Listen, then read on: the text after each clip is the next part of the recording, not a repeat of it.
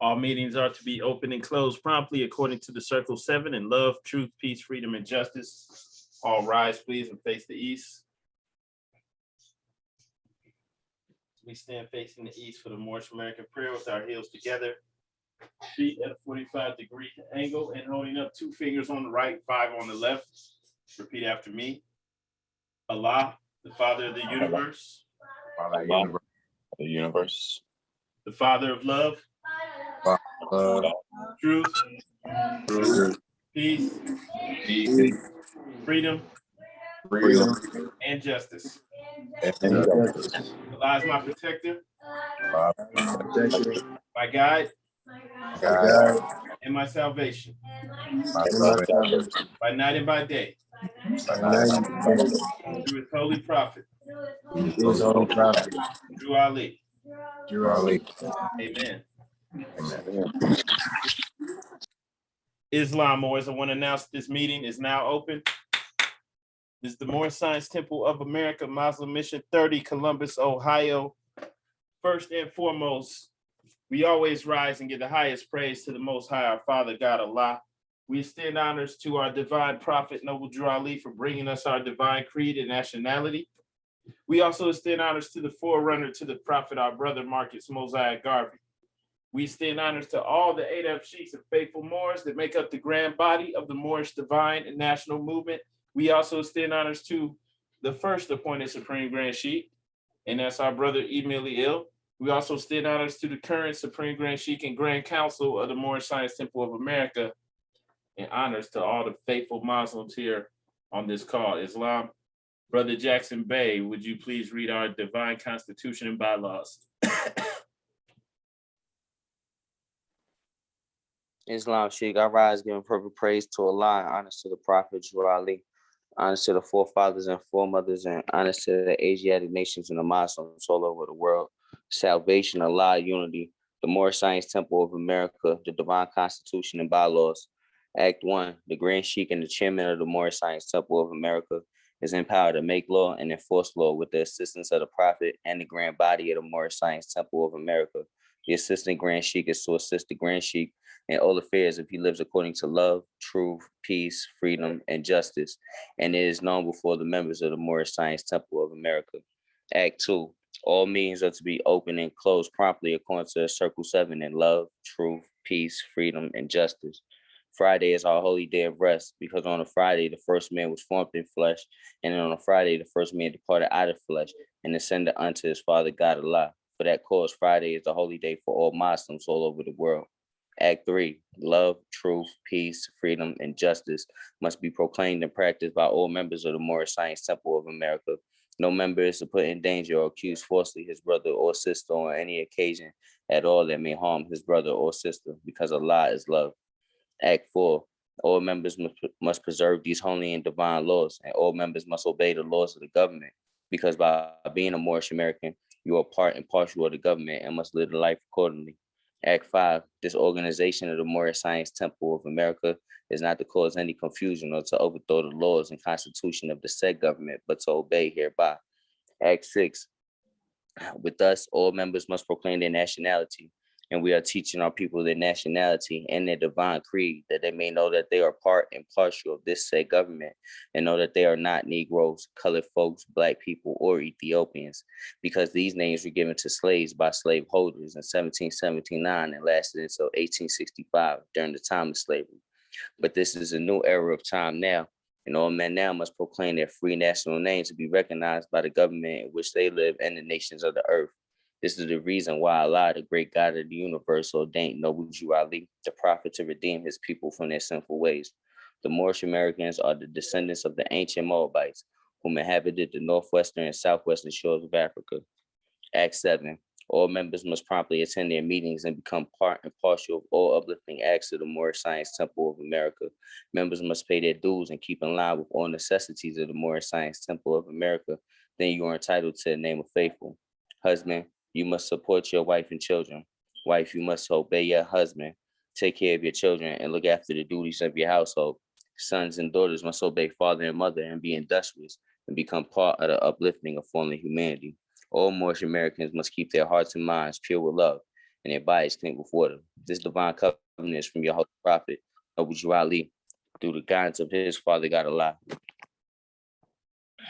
Moorish American prayer founder, Noble Drew Ali, founder, Moorish American prayer, Allah.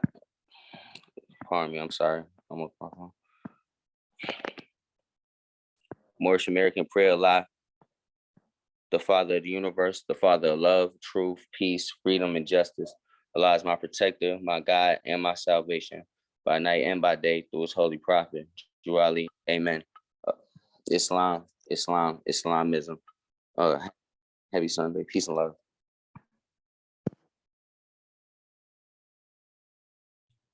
Islamism, gratitude, brother. Sister Lachey L, would you please read our additional laws?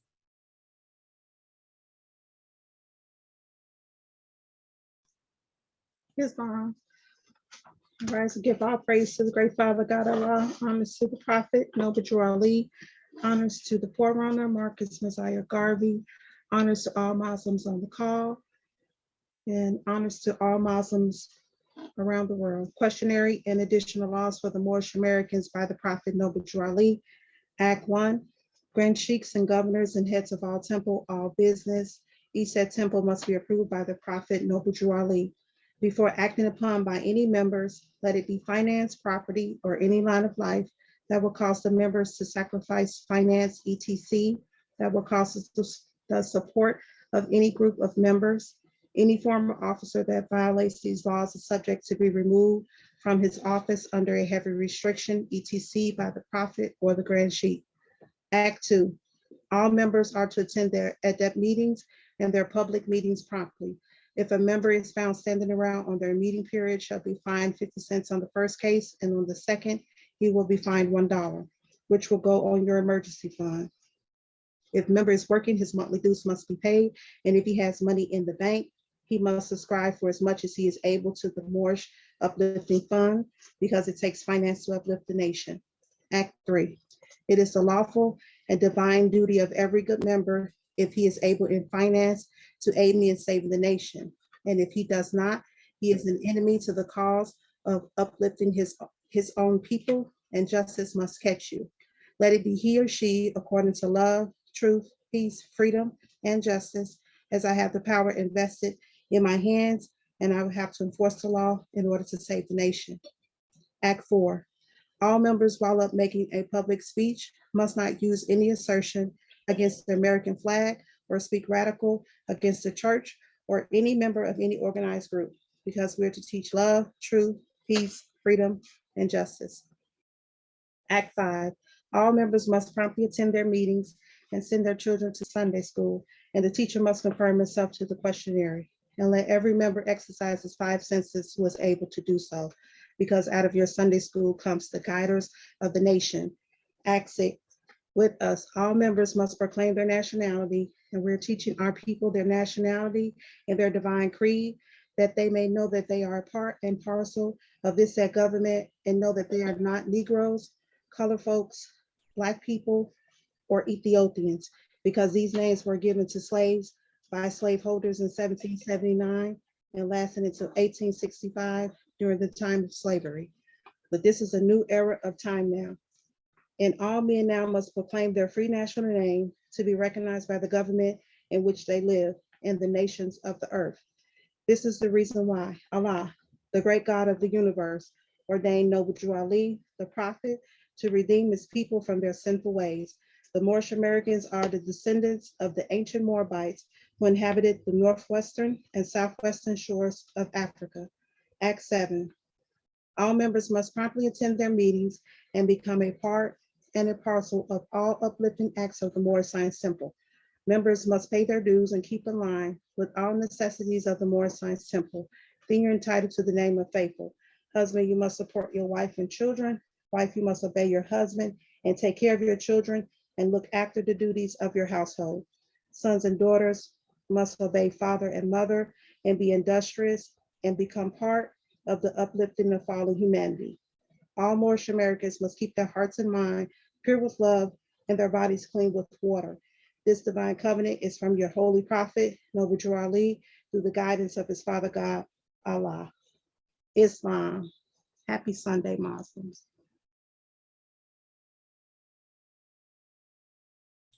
Islam, sister, and gratitude. Brother Kobe, would you please read our writs? Islam, Grand Sheikh. Arise, give perfect praise to our great God Allah. Rise, give honors to our prophet, Noble Drew Ali. Rise, give honors to the forerunner, Marcus Messiah Garvey. Rise, give honors to all Muslims on the call and on the planet. Prophet warns all Muslims to be ready at every meeting. I hereby inform all members they must end all radical speeches while at work, in their homes, and on the streets. We are for peace and not destruction. Stop flashing your cards at Europeans. It causes confusion. Remember, your card is for your salvation. Failure to obey these orders will be a severe consequence. We are for love, truth, peace, freedom. And when these principles are violated, justice must then take its course. Any member or group of members who hold malicious feelings towards the temple or the prophet or violate the divine covenant of the Moorish movement will receive their rewards from Allah for their unjust deeds. All true Moors will and must obey the law laid down to them by their prophet. If they lose confidence in their prophet, they should turn in their card and button, cease wearing their turban and fez, and return to the state where I, the prophet, found you. It is a holy and divine movement founded by the prophet Noble Drew Ali, and if the prophet is not right, the temple is not right. The prophet, therefore, is sending out a divine plea to all Moorish Americans. They do their part in protecting the prophet and the temple. This is an everlasting movement founded by the prophet through the will of Allah to redeem his people from their sinful ways. Peace, Noble Drew Ali. To be proclaimed in every meeting. Islam. I am glad to know I have a few faithful Moors among you all, and I desire for them to know the truth and the divine truth. There's a host of jealousy about me and the movement now by the same people of our side of the nation that claimed that I was a joke and unreal. But now, since they found out from the government officials and the nations of the earth that it's the only sole foundation that all Asiatics must depend upon for their earthly salvation as American citizens, they are working every scheme that they can to disqualify me so they may take charge of the situation. I have notified all these things to you long ago in the past. It is through the faithful Moors that attribute to the movement and uplifting funds. The ones that pay their divine respects to me and the movement will be remembered. That is why I'm calling upon all faithful Moors to increase their faithfulness to me, your prophet, and your divine Moorish movement. I need finance, and I need it badly. Never before have I needed finance so badly as I do at present, so I can shove aside the discord that is facing the nation. It all comes through jealousy because of my fame and nobility. The nations of the world will not recognize the movement without I, the prophet, being head. It has been proven by my works, which I have performed in the past few years. Prophet, Noble Drew Ali. To the members of the Moorish Science Temple of America, Islam. This is instruction from your prophet, Noble Drew Ali. Be faithful unto your forefather divine and national creed, that you will be blessed for your good deeds that you sow in the flesh. Allah is the one that judges the world, and his judgment is on now, but the weak can comprehend it not. Then the times are drawing near, so says Allah to his divine prophet, I, Noble Drew Ali. And that is why many hearts have turned to stone. Many have eyes to see, but cannot see, ears to hear, but cannot hear, lest they'll be confounded of their sins. These are the trying hours now, dear Moors, and every evil spirit is moving, and they are trying every weak mind to overthrow and drag out the true foundation that has been laid and to cause confusion in the minds of the ones that do believe. But if you have the true love of Allah and the spirit of your forefather, you fear not what you hear or see, but will sacrifice the utmost of your very life to protect your movement and your prophet. Watch your enemies, dear Moors. Your enemies are the ones that speak against your prophet and ridicule him to the very lowest, and the ones that speak against your divine and national principles of your temples. Act accordingly, and Allah will bless you for your good work. Peace, your divine prophet, Noble Drew Ali. Islam, Islam, Islamism. Peace and love, Moors. All right, gratitude, Brother Islam. Brother Seymour Bay, would you please read our divine warning? Islam, Grand Sheikh. First I rise and give praise to the Most High, Father God Allah. I give honors to our Holy Prophet, Noble Drew Ali, for bringing us our divine creed and nationality. I give honors to the forerunner to the Prophet, our brother Marcus Garvey. I extend honors to all the members of the Moorish Science Temple of America and to all you faithful Muslims on the call. Peace and blessings. A divine warning by the prophet for the nations. The citizens of all free national governments, according to their national constitution, are all of one family bearing one free national name.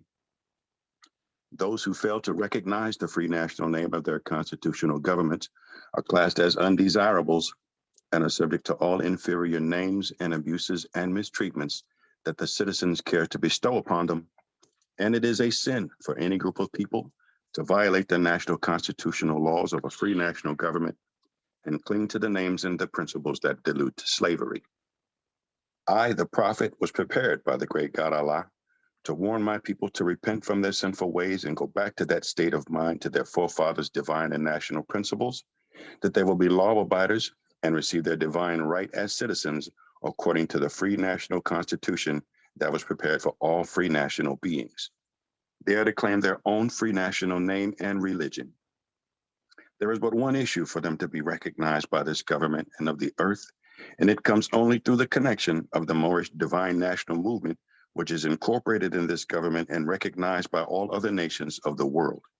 And through it, they and their children can receive their divine rights unmolested by other citizens, that they can cast a free national ballot at the polls under the free national constitution of the state's government and not under a granted privilege, as has been the existing condition for many generations. You who doubt whether I, the prophet, and my principles are right for the redemption of my people, go to those that know law in the city hall and among the officials in your government and ask them under an intelligent tone, and they will be glad to render you a favorable reply, for they're glad to see me bring you out of darkness into light. Money doesn't make the man. It is the free national standards and power that makes a man and a nation. The wealth of all national governments, gold and silver and commerce, belong to the citizens alone. And without your national citizenship by name and principles, you have no true wealth. And I'm hereby calling on all true citizens that stand for a national free government and the enforcement of the Constitution to help me in my great missionary work, because I need all support from all true American citizens of the United States of America. Help me to save my people who have fallen from the constitutional laws of the government. I'm depending on your support to get them back to the constitutional fold again, that they will learn to love instead of hate and will live according to love, truth, peace, freedom, and justice, supporting our free national constitution of the United States of America. I love my people and I desire their unity and mine back to their own free national and divine standard, because day by day they have been violating the national constitutional laws of their government by claiming names and principles that are unconstitutional. If Italians, Greeks, English, Chinese, Japanese, Turks, and Arabians are forced to proclaim their free national name and religion before the constitutional government of the United States of America, it is no more than right that the law should be enforced upon all other American citizens alike. In all other governments, when a man is born and raised there and asks for his national descent name, and if he fails to give it, he is misused, imprisoned, or exiled. Any group of people that fail to answer up to the constitutional standards of law by name and principles, because to be a citizen of any government, you must claim your national descent name, because they place their trust upon issue and names formed by their forefathers. The word Negro deludes in the Latin language to the word nigger, the same as the word colored deludes to anything that is painted, varnished, and dyed. And every nation must bear a national descent name of their forefathers, because honoring thy fathers and thy mothers, your days will be lengthened upon this earth. These names have never been recognized by any true American citizen of this day. Through your free national name, you are known and recognized by all nations of the earth that are recognized by said national government in which they live. The 14th and 15th Amendments brought the North and the South in unit, placing the Southerners, who were at that time without power, with the constitutional body of power. And at that time, 1865, the free national constitutional law that was enforced since 1774 declared all men equal and free. And if all men are declared by the free national constitution to be free and equal, since that constitution has never been changed, there is no need for the application of the 14th and 15th Amendments for the salvation of our people and citizens. So there isn't but one supreme issue for my people to use to redeem that which was lost, and that is through the above statements. Then the lion and the lamb can lie down together in yonder hills, and neither will be harmed, because love, truth, peace, freedom, and justice will be reigning in this land. In those days, the United States will be one of the greatest civilized and prosperous governments of the world. But if the above principles are not carried out by the citizens and my people in this government, the worst is yet to come, because the great God of the universe is not pleased with the works that are being performed in North America by my people, and this great sin must be removed from the land to save it from enormous earthquakes, diseases, etc. And I, the prophet, do herein believe that this administration of the government, being more wisely prepared by more genius citizens that believe in their free national constitution and laws, and through the help of such classes of citizens, I, the prophet, truly believe that my people will find the true and divine way of their forefathers and learn to stop serving carnal customs and merely ideas of man that have never done them any good, but have always harmed them.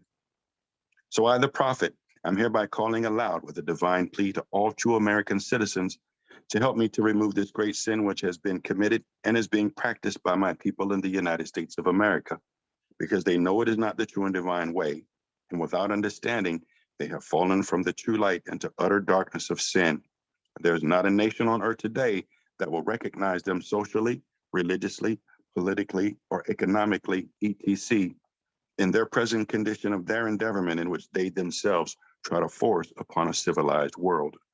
They will not refrain from their sinful ways of action, and their deeds have brought Jim Crowism, segregation, and everything that brings harm to human beings on earth. And they have fought the Southerner for all these great misuses. But I have traveled in the South and have examined the conditions there, and it is the works of my people continuously practicing the things which bring dishonor, disgrace, and disrespect to any nation that lives the life.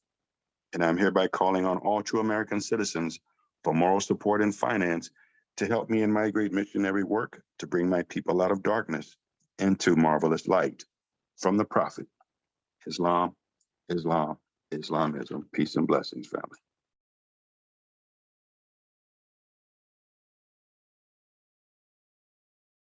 Islam, brother, and gratitude. Gratitude, much gratitude. So let's go ahead and get started today, Moors. We're going to be going into our Koran questionnaire, going over questions, the last 10 questions, 91 through 101. And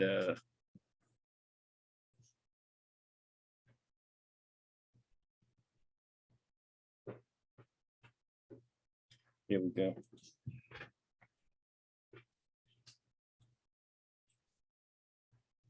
Okay, so please read these with me, whether you're reading them out loud or in your head, and we'll of course go over the questions again.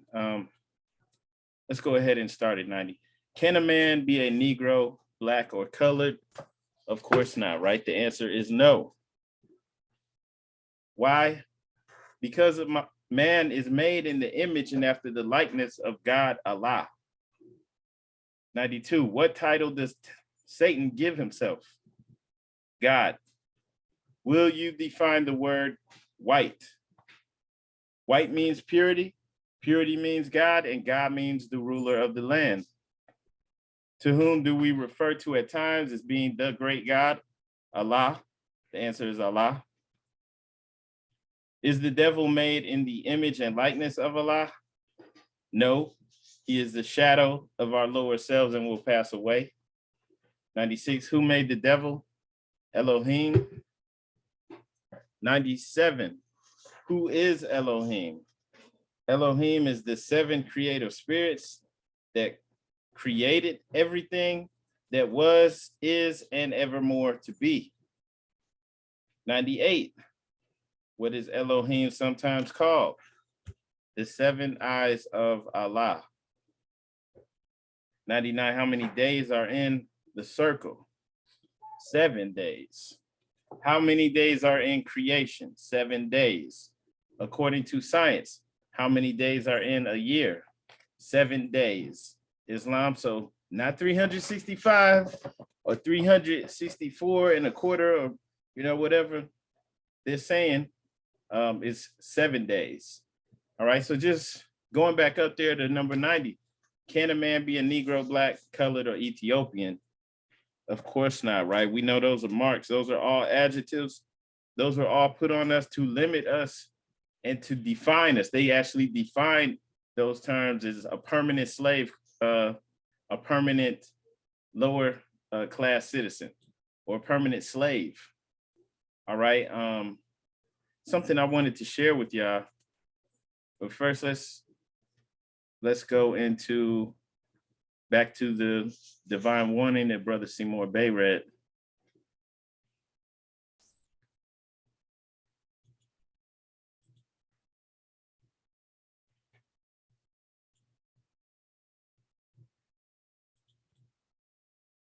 Okay.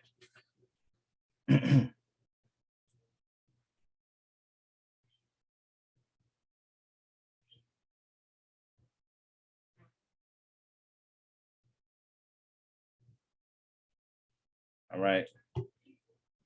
Okay, so looking at the divine warning by the prophet for the nations. All right. All right, so the citizens of all free national governments, according to their national constitution, are all of one family, bearing one free national name.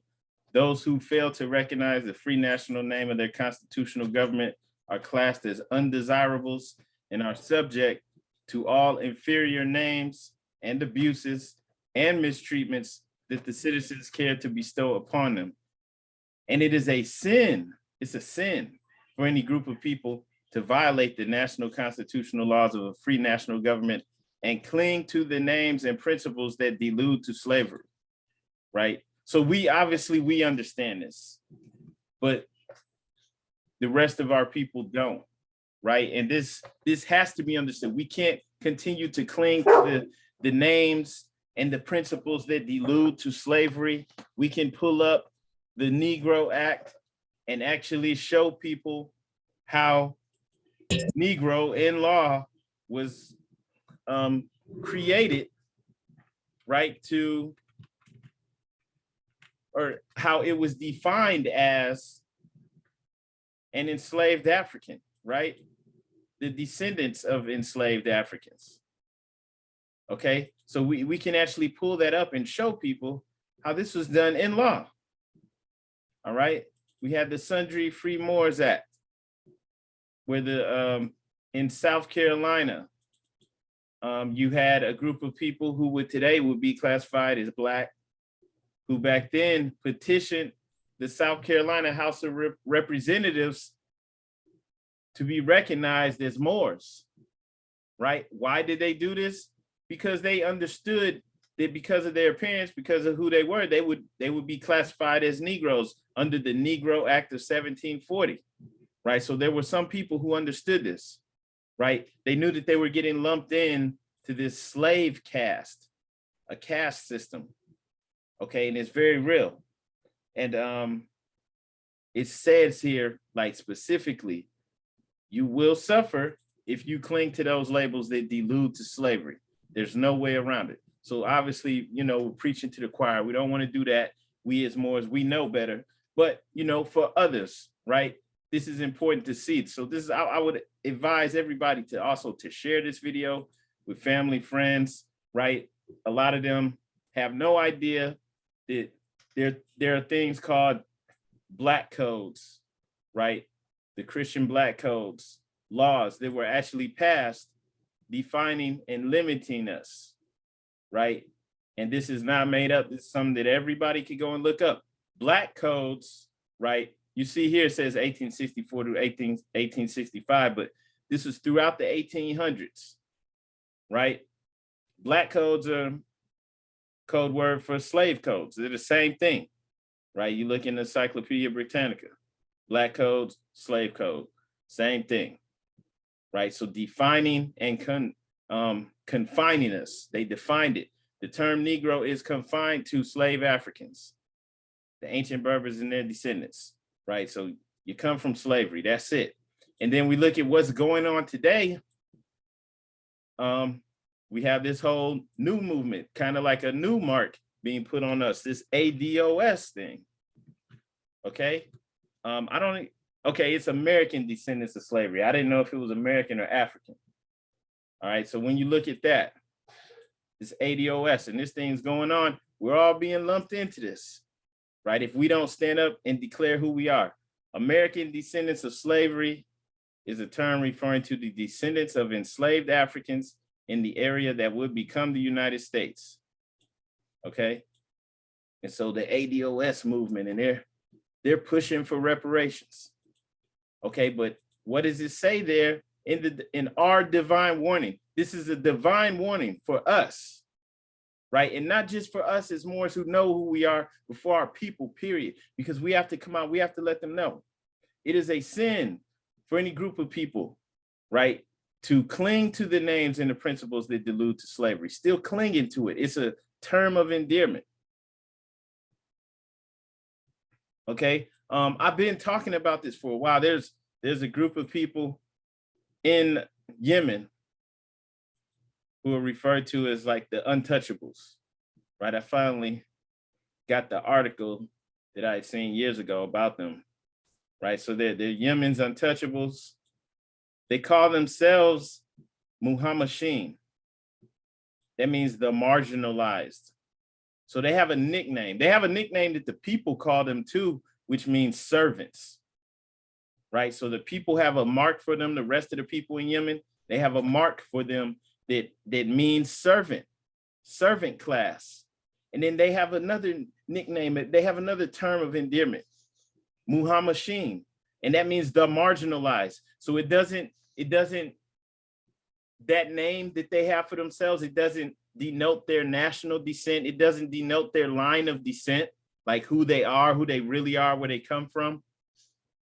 And then they're dark-skinned ethnic group that for centuries has been consigned to the bottom of Yemen's social scale.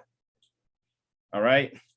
And yeah, if you look up that term, Muhammasheen, that just means the marginalized ones. It was adopted by the members of the community itself to escape the derogatory term of Akdam. Akdam means servants, and that's what they're called there, right? The servants. So, and this is what they look like. I mean, they, you know, I guess you would say of African descent. And they're at the bottom.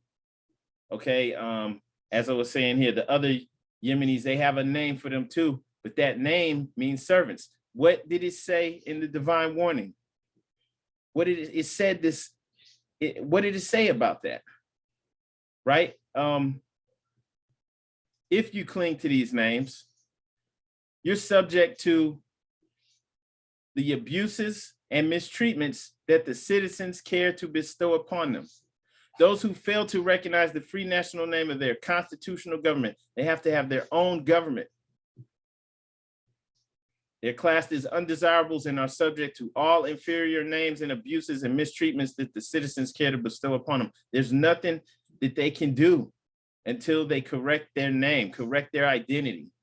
No one else can help them, and they can't even help themselves. And then it says here, in a country where belonging to a tribe is vital to guaranteeing protection, status, and livelihood, their community, and they're saying that estimates are up to 3 million people, is without a tribe and ignored by the government, right? So they're suffering the most, okay? And you know, you don't want to get caught in this victimhood where, you know, people wear that like a badge of pride, like here, like kind of like you see, like, well, here in Columbus, we have a museum, almost a museum to slavery, where it's like they turned the whole inside of the corridors of this Martin Luther King Center into the inside of a slave ship.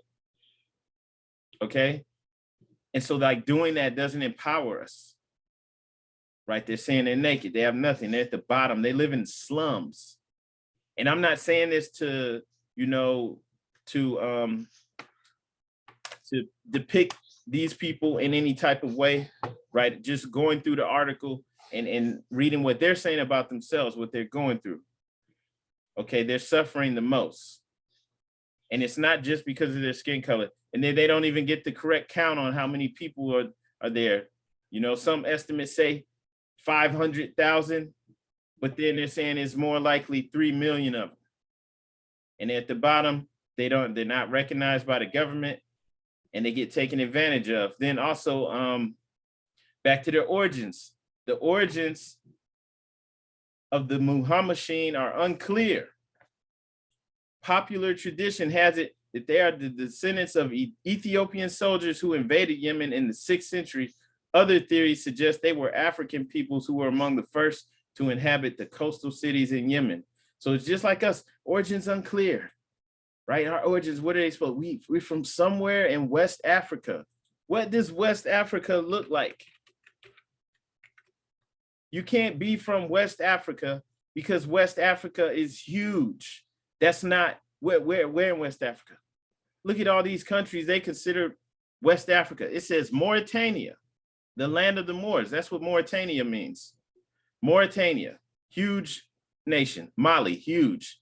Niger, Chad, Nigeria, Cameroon, right? I could keep going on. Equatorial Guinea, Senegal, Guinea, Ivory Coast, Liberia, Ghana.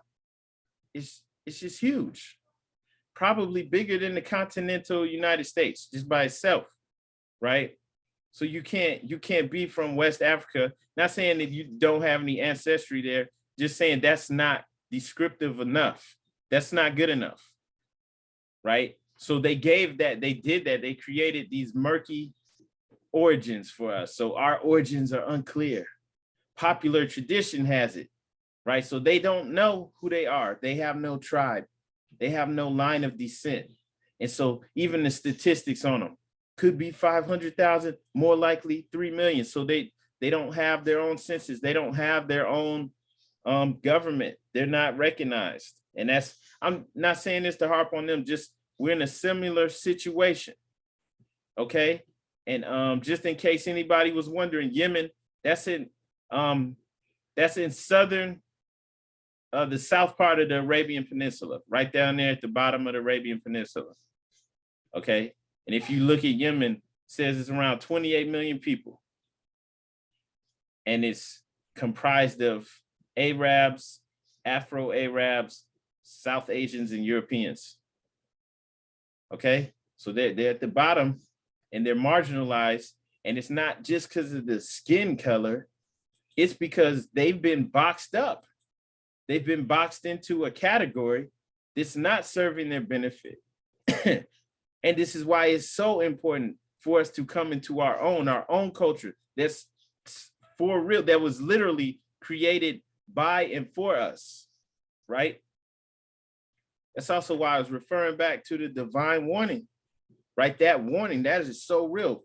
That's why it's to be read at every meeting, right? Because it's so easy to get caught up in the rhetoric and the things that are going on. We suffer, not because we're Black, no, because we fail to recognize, right? We fail to recognize the free national name of our constitutional government.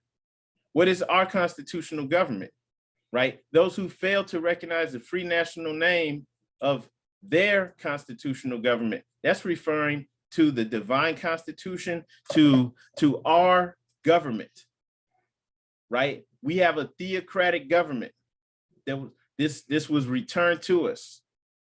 Without that, we're classed as undesirables and are subject to all of the abuses and mistreatments that everyone else cares to bestow upon us. So that's why you'll see the videos of some Asian dude, you know, beating on one of our women, right, in the store. And you'll see everybody taking that out on us, right? And then you see the Asian hate thing, they turn and flip it and they get money for that right away.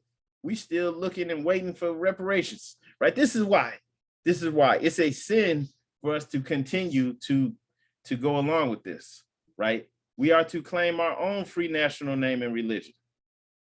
That's the only issue. There's but one issue for them to be recognized by this government, right? The United States and of the earth. So this can't be ignored. And we're basically, you know, we have what we have with the Prophet returned the Constitution, the Quran, he returned our ways to us, reconnected us to our ancient religion by returning us to Islam, right? Now, what we really have, we're sleeping giants and don't even know what we really have, how powerful it is. We have the keys to our freedom right here and there. right? And it's been buried, but now it's been unearthed. Now it's time to come in and claim who we are. So just wanted to reiterate on that, because that's the whole reason why. And so that's why when we go into the Constitution, right, go to Act 6.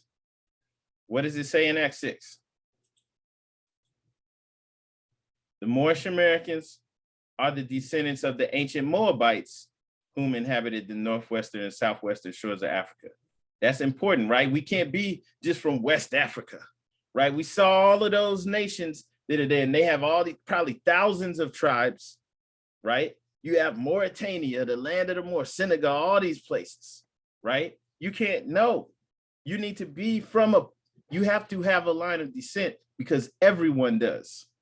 And it's important, but it's to the point now in 2022 where people take it for granted, right? Because all these other people here, they have it and they don't even care no more. They're good. We're not, because nobody else is going through this Black Lives Matter stuff, right? So, they can afford to take it for granted. We can't. We can't overlook it and just be like, oh, it doesn't matter anymore. No, it still matters, because you're dealing with stuff that our people were going through in the Inquisition, when they were going and slaughtering Moors, when you had to proclaim Christianity, and if you even looked like you weren't going wholeheartedly with Christianity, they were chopping heads off. Okay, so we're going through that right now still. So we can't take it for granted. We are not Negroes, colored folks, Black people, or Ethiopians. Why? Because these names were given to slaves by slaveholders in 1779 and lasted until 1865, but during the time of slavery. But this is a new era of time now.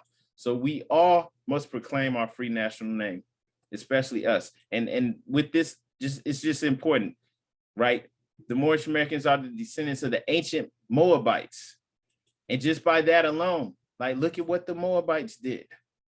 These are real people. This is our line of descent.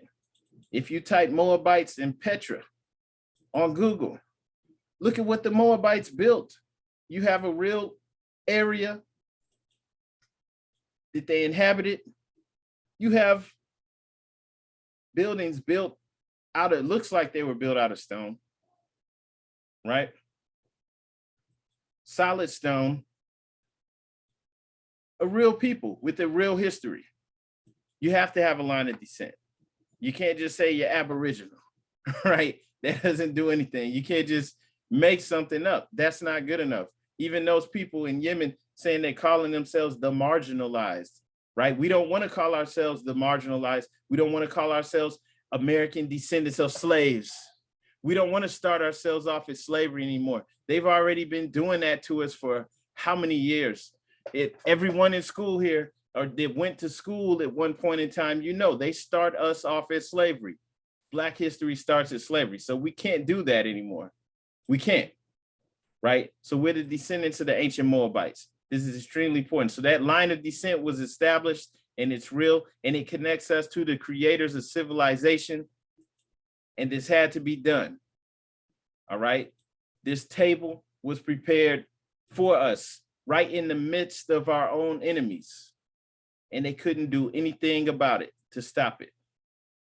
All right. And so now it's time. Let's go ahead and keep going. All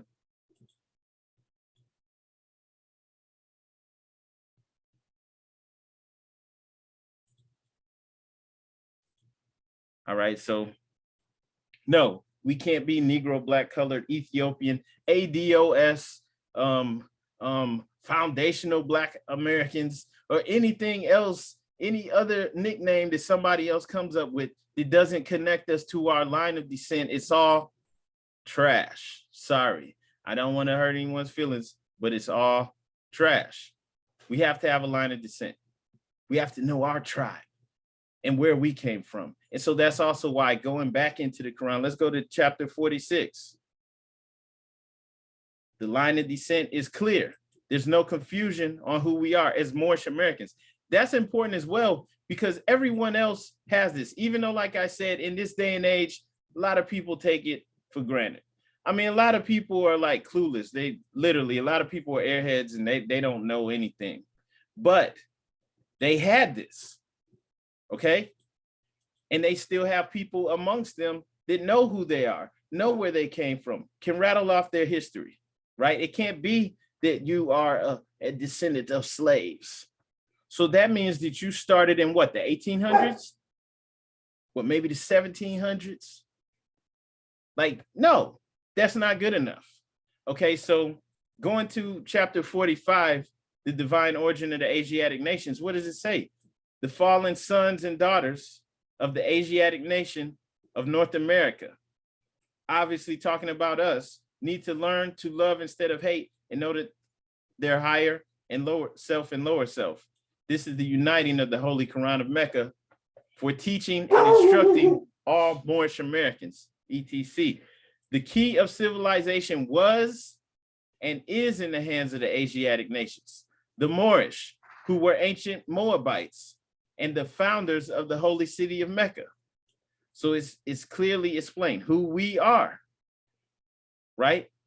We descend from the creators of civilization, the founders of the holy city of Mecca, the ancient Moabites, right? And then it's also listed as well, others who are Muslims as well, others who are Asiatics, okay?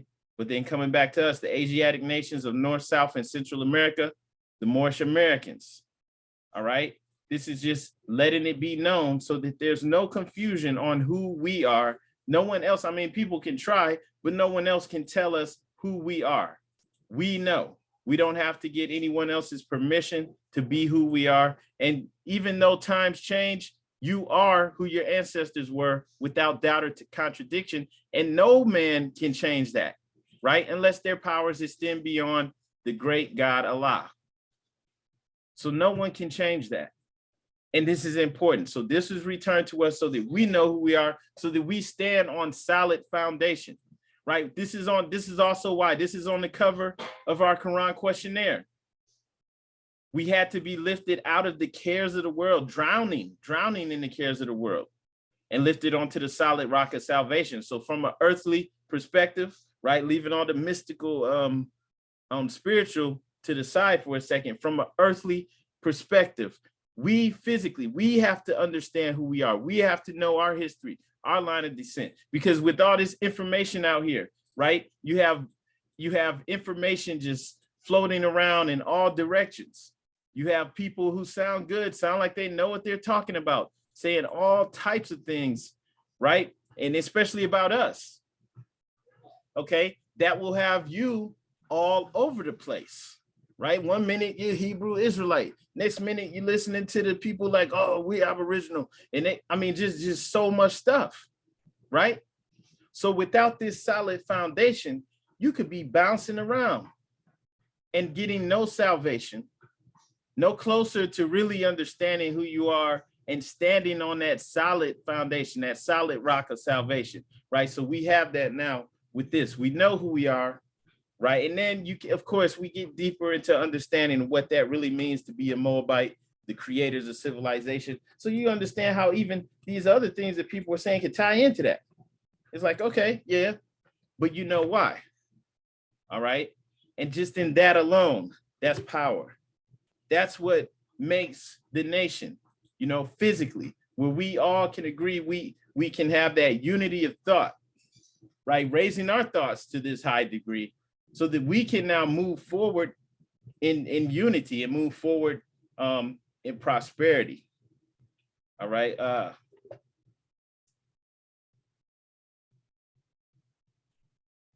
Sorry, I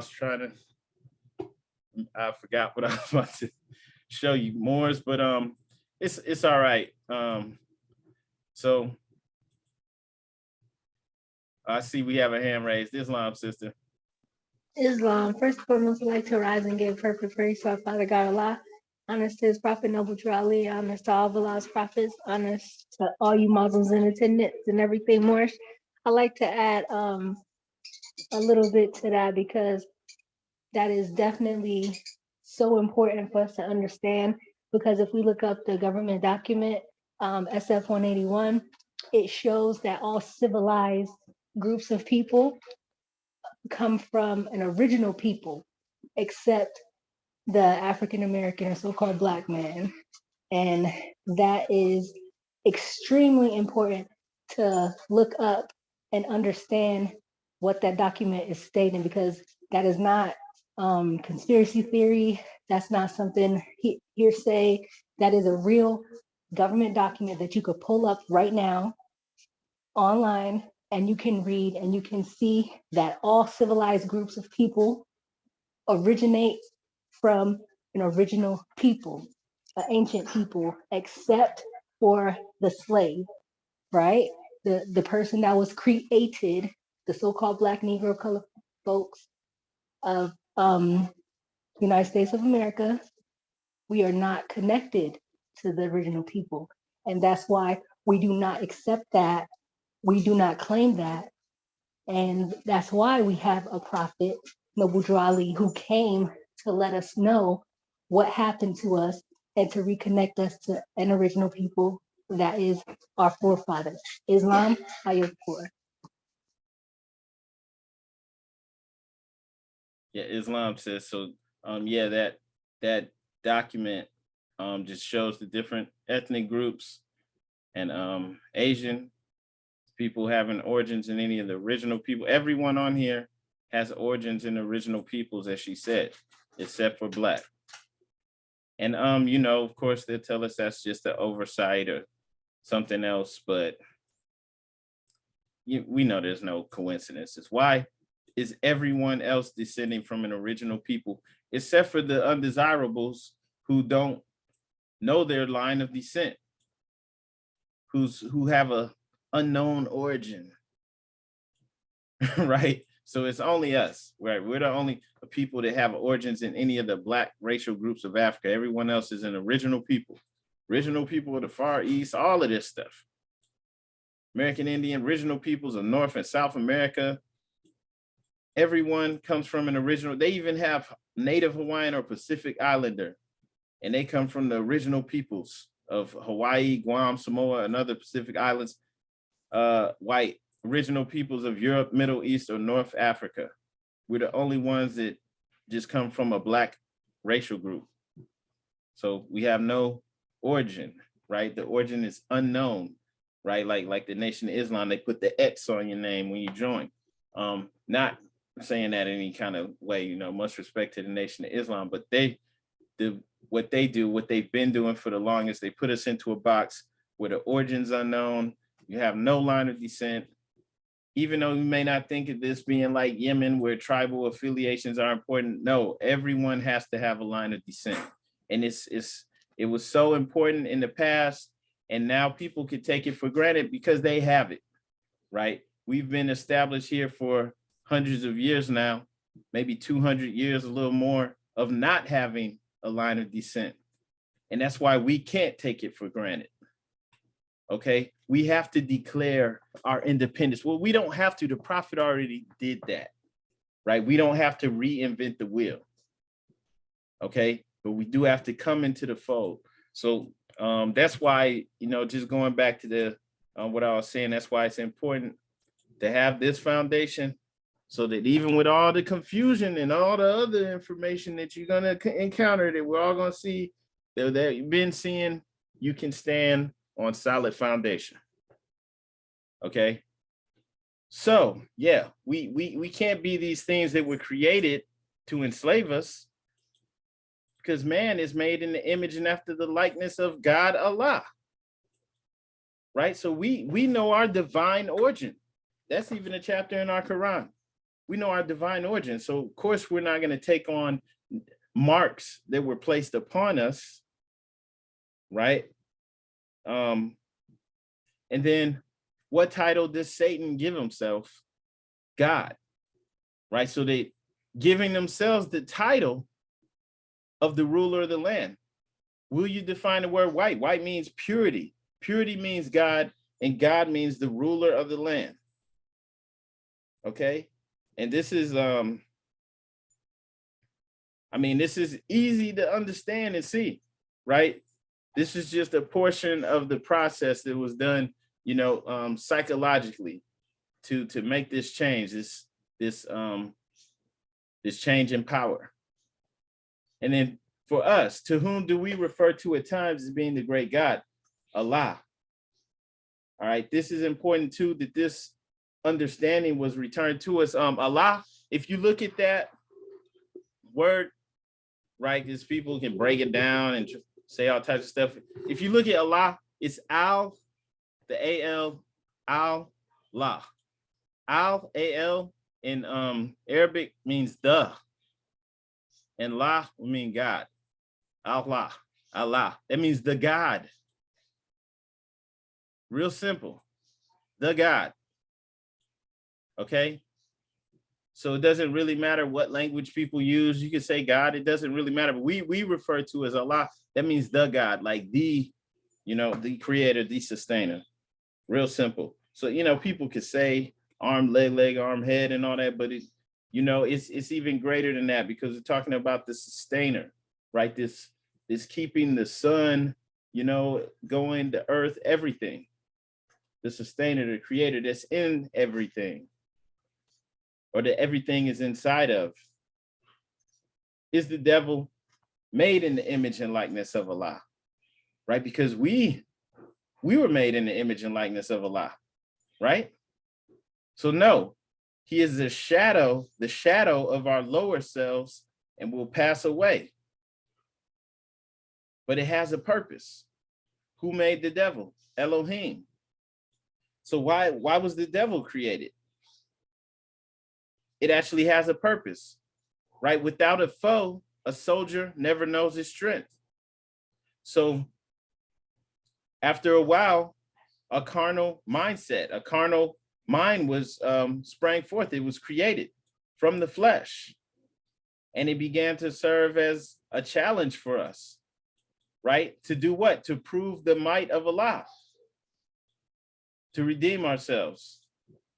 And in doing this, proving the might of Allah, that, hey, you can come into this world not knowing anything, right? Not connected, not even knowing your connection to Allah.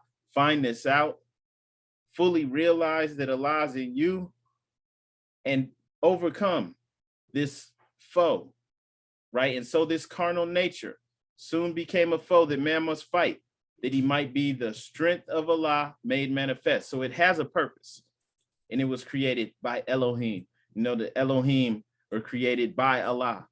In many cultures, in many traditions, they would see the Elohim as God or as gods. Okay?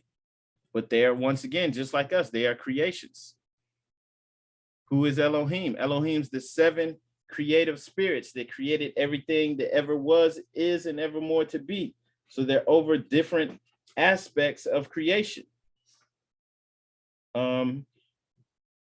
If we go into the Quran, I think chapter 9.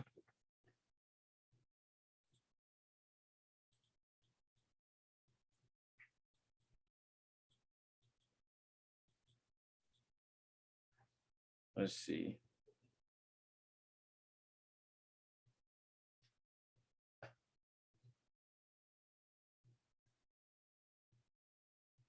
Forgive me.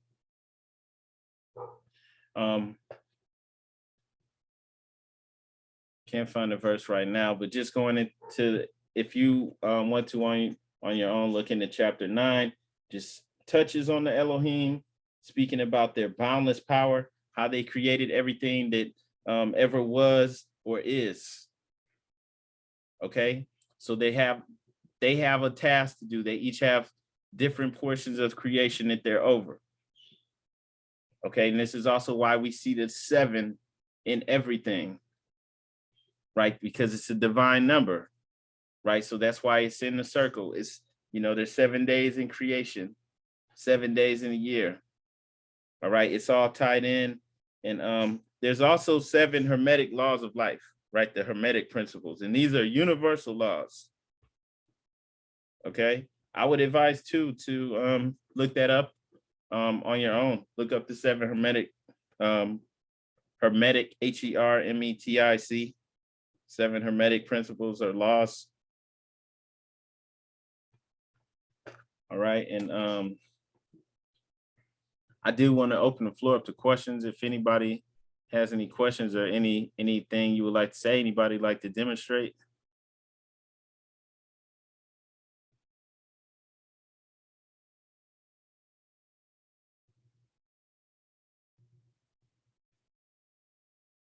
All right. So one reason we go over this, though, like Islam sister, I yield the floor. Oh, I had a question. I was asking, why did the Europeans call themselves white? Like, did they know the meaning of it, or they just named it something? All right, Islam. Yeah, they definitely, I would say they know the meaning, because they defined it, right? And even though the definitions, like the words that they're creating, they're based off of older languages. That's why we, a lot of us study this thing called etymology. Etymology is when you look up a word, like for example, in the dictionary, it may show what that word actually came from, like an older language, right? So this word white then would have come from something else that had these principles, right? Meaning purity, meaning God and ruler of the land. Okay, so they didn't really come up with this. All right, and so when they named themselves white, because when they were first coming over here, the colonists, they were referring to themselves by their nation, right? They wouldn't have said they were white. They would have said they were Irish, right? Or they're from Holland or whatever nation they're from. But once they got over here, they created a caste system and they put themselves at the top, referring to themselves as white. Then they created, of course, the label for us. That's why they created those laws. That's why you'll see in the 1740 Negro Act that was up here, that they actually created this law that was defining who the Negro is. And then also it goes on to limit what they can and can't do, right? That they're slaves. Negro means slave. And in this same law here, it also lets it be known that pretty much everybody who was brown complexion is to be considered a Negro. Doesn't matter where they're from. So they knew at the time that these people were the indigenous people. When they first got here, they weren't calling us Negroes. When they first got here, they started to call us Indians, even though that wasn't our name. That's what they referred to us as. Then later on, they said, okay, we're gonna start calling all of them Negroes, and Negro is just gonna be understood to mean slave. And so if you could see in this same act of 1740, if you can read between the lines, it lets you know. Let's see if I can find it real quick. Okay, section 2. Under this provision, it has been uniformly held that color is prima facie evidence that the party bearing the color of a Negro, mulatto, or mestizo is a slave. But the same prima facie result does not follow from the Indian color. So this is saying that under this, they're telling you what they're doing. This is telling you that under this Negro Act of 1740 is to be uniformly held. That means it's to be understood universally that color, your skin color, is the main evidence that you are a Negro and you're a slave. The party bearing the color of a Negro, mulatto, or mestizo is a slave. So they're trying to give you the different variations of tones of skin. You could be dark, you could be brown, you could be real light skin. That means you're a slave. Bearing the color of the Negro, mulatto, mestizo is a slave, right? Tan, brown, whatever, slave. But that same prima facie, that same main evidence result does not follow from the Indian color, meaning if it's known, you could be wearing the headdress, maybe you have feathers or something on. Everybody knows you're a so-called Indian. That's no longer the proof for you being an Indian anymore. That means you are a Negro, and a slave. So is that understood? Like this is like them writing this law so that they all know. Yeah, that used to be known that people that were dark skinned are the indigenous Americans, but now that means they are slaves. Period. Okay. And that made it really hard then for the people, even the ones who still had their traditions, still had their still speaking the indigenous languages, still living, you know, with the same traditions and all that. It made it hard for them to carry that on because it's like, look, all of you are Negroes now, and you're all in a position where you can get enslaved, literally, right? You don't have rights. And so they did this on paper. They left a big paper trail. Okay. The only thing is our people still don't notice. They still don't get it. Okay. And that's why they start us off as slavery. Right. So Black history, this is from the African and Black History Twitter page.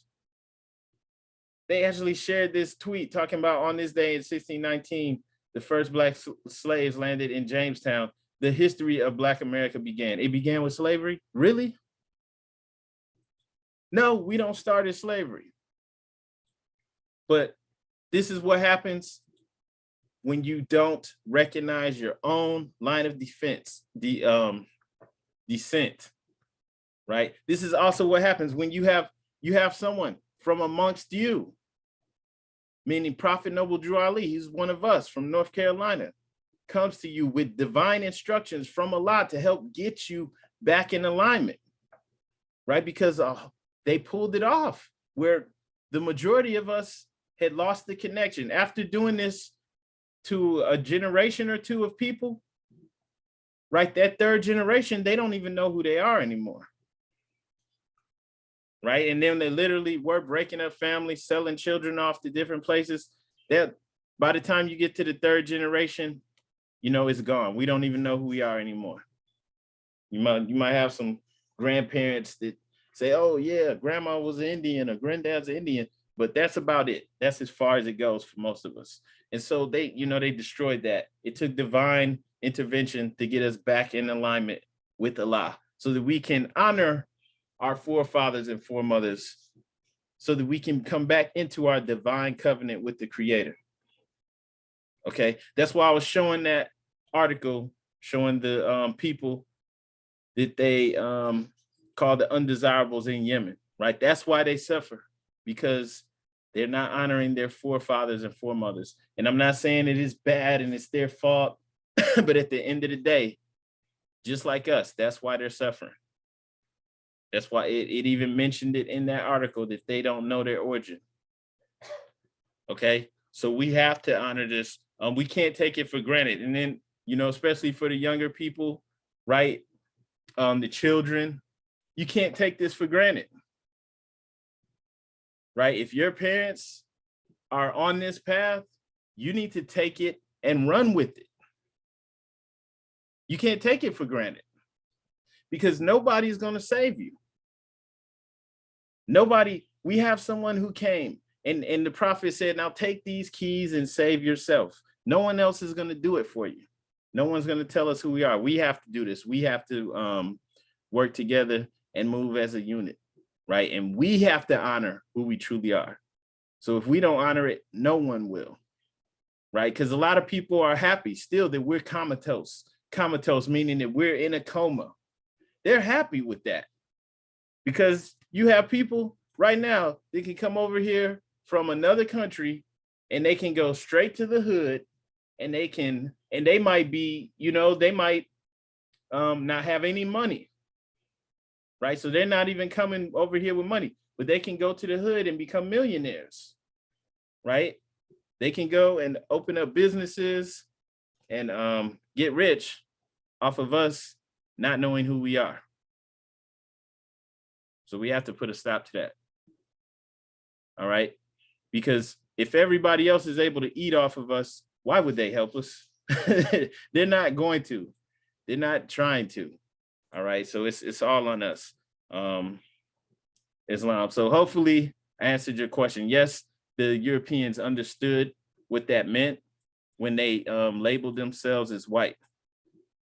And they also understood what it meant when they labeled us as Negroes, because as you can see from that law, they made sure that Negro means slave, and that anyone that even resembles what they consider a Negro is a slave. All right, so yes, it was done on purpose. Islam, does anyone else have anything they would like to say or any questions?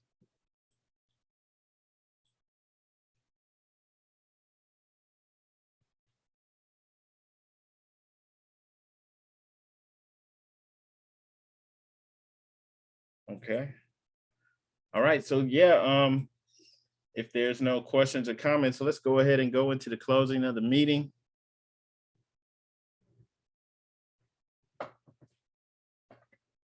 Right, all meetings are to be open and closed promptly according to the Circle 7 in love, truth, peace, freedom, and justice. Everyone please rise and face the east for the closing prayer. Okay, and just once again as we close, this is why it's of the utmost importance for us to hold to this, right? Remember that. Don't ever forget that. No one else is coming to save us. Matter of fact, everyone else is able to eat off of us because we're not honoring our principles and honoring our covenant. We're not coming into it. All right, so it's on us. And on that note, let's go ahead and close out. We stand with our heels together, feet at a 45-degree angle, holding up 2 fingers on the right and 5 on the left. You do not need to repeat after me. Allah, bind our hearts and minds back to our ancient forefathers, divine creed and principles. We ask this in thy holy name and the 7 Elohim. Amen. Islam, Islam, Islamism. Peace and love, Moors. This meeting is now adjourned.